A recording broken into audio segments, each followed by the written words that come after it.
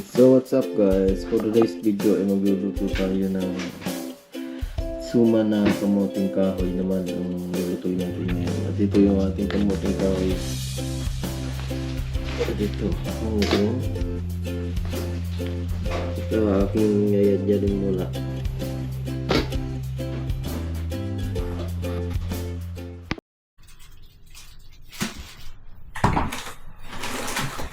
So ayan natin yayadyarin.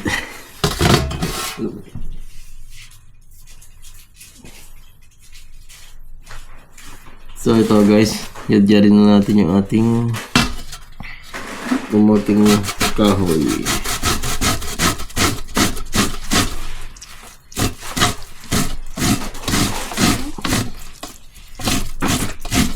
Medyo malambutin ng kamuting kahoy, hindi matigas.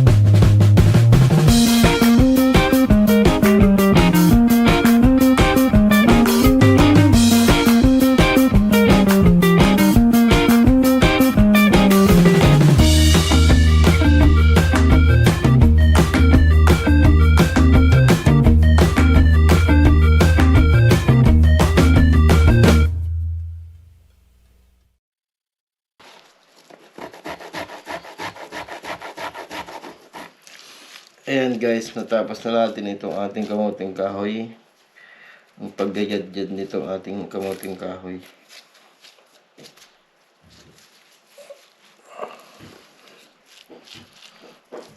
Ito ay 2 kilo, kaya medyo marami-rami din. Matagal din yadyadin, 2 kilo pala.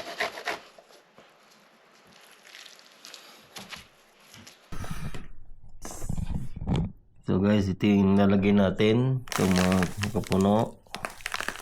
Tapos itong yung coconut, buko. Saka meron din siyang gata. Saka ito, asukal.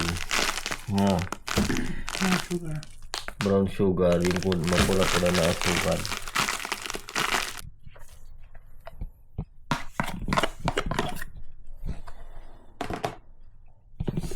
So, una nating ilagay yung buko.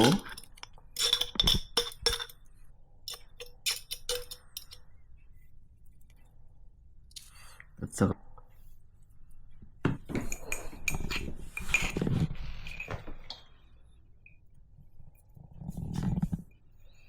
lagyan natin din ng konting asin. Mga 2 spoon na Kalahati.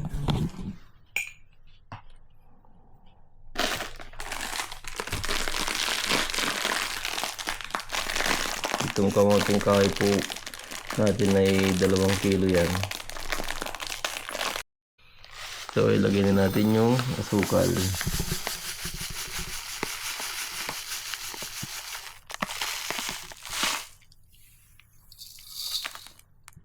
One cup.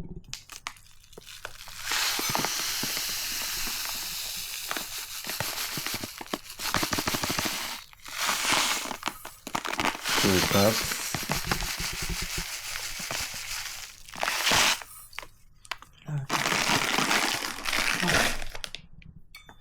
Two cups and a half po na asukal.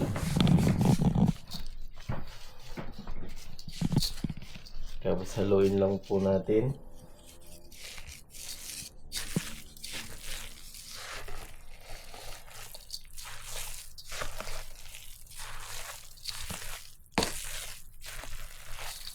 Ay.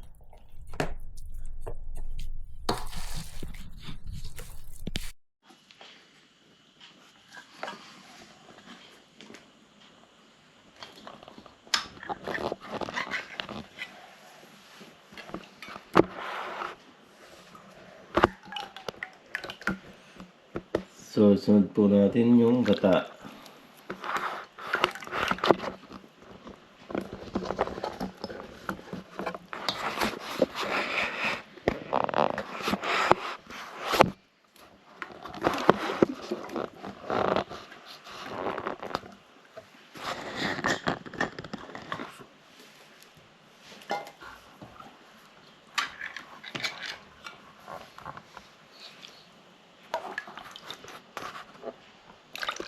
Ilang gata yan? Kalahati. Ilang cups? 2.5.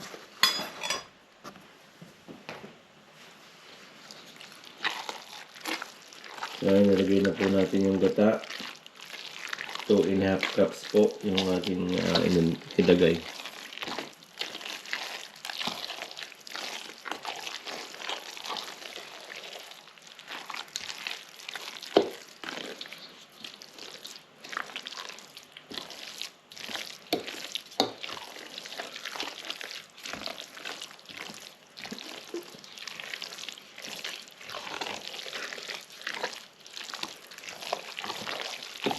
Kailangan po hulong-hulo kasi meron po diyang nabubuong mga asukal.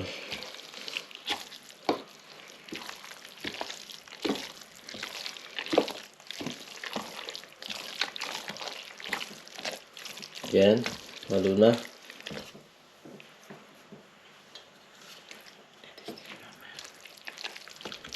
Tapos Magbabalot na. Patay na yan. Tapos yun po.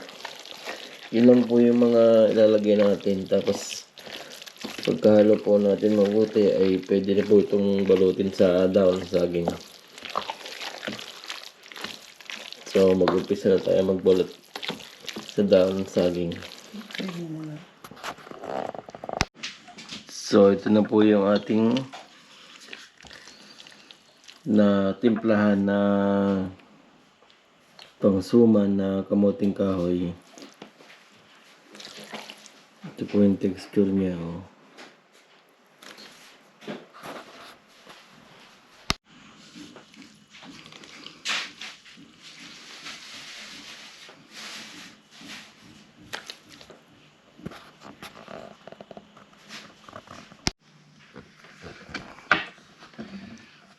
So yan po, babalutin na po natin sa dahon yung ating suma na kamuting kahoy.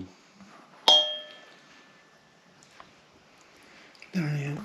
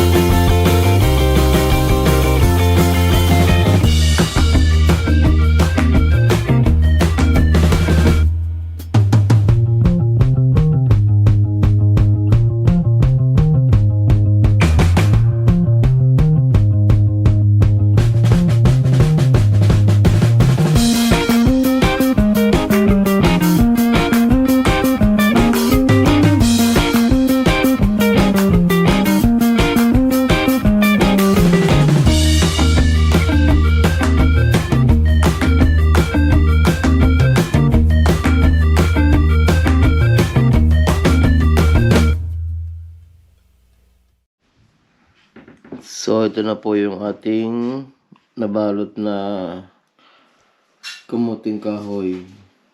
Yan po. Nabalot na natin sa daon ng saging. Pagkatapos noon po, ito yung ating i-steam na lang.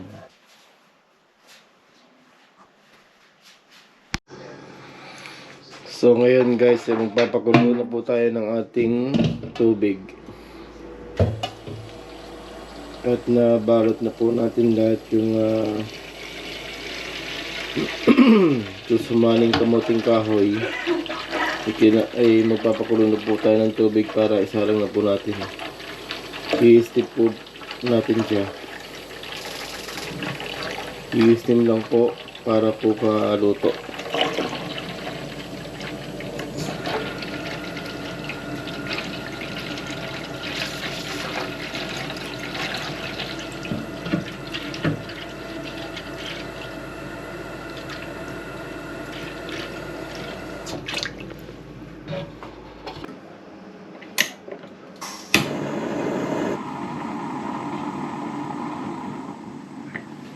Pakuluin lang po muna natin itong ating tubig. Takpan po natin para mabilis po kumulo. So, lagay na po natin sa steamer itong ating suman.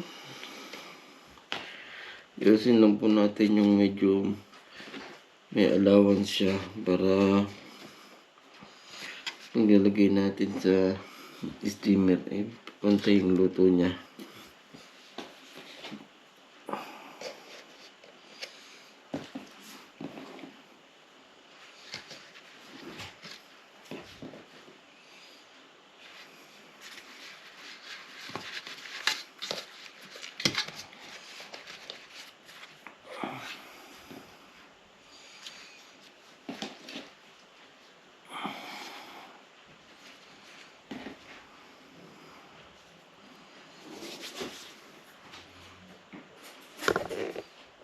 So, yun na po. At ito na po, isasalang na natin sa kumukulong tubig. So, ito na po yung suma natin. Nailagay na po natin sa strainer.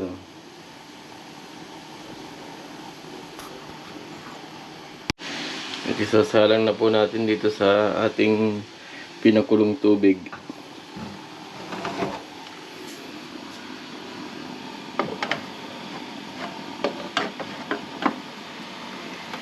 Dito po ay pakukulon po natin ng 30 minutes lang.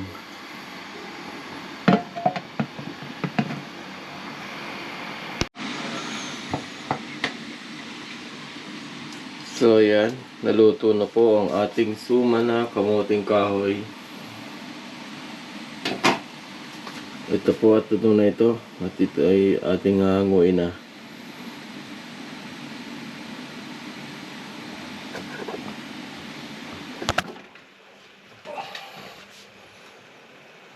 Ito na po, naluto na po siya. At pwede na matikman ng ating suma na kamuting kahoy.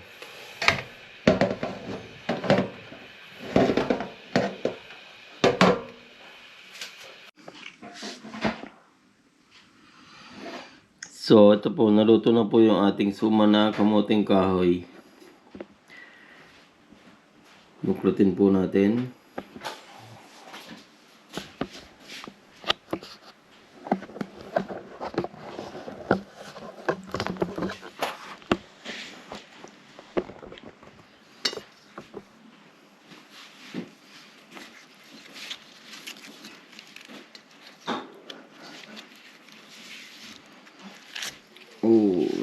Medyo mainit-init pa.